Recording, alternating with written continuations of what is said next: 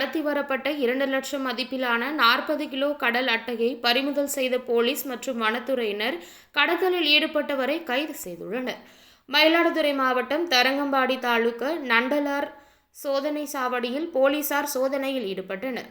அப்போது அந்த வழியாக நாகப்பட்டினம் நம்பியார் நகர் துரைராஜ் மகன் மழலைமாறன் 38 வயது என்பவர் தரங்கம்பாடி கடல் பகுதியில் பிடிக்கப்பட்ட ரூபாய் 2 லட்சம் மதிப்பிலான 40 கிலோ கடல் அட்டையை கடத்தி வந்தது தெரியவந்தது.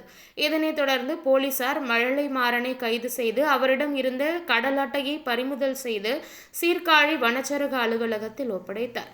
இதனைத் தொடர்ந்து சீர்காழி வனத்துறையினர் மழலைமாறனை கைது செய்து அவரிடம் இருந்த கடல் அட்டையை பறிமுதல் செய்து வழக்கு பதிந்து விசாரணை மேற்கொண்டுள்ளனர்.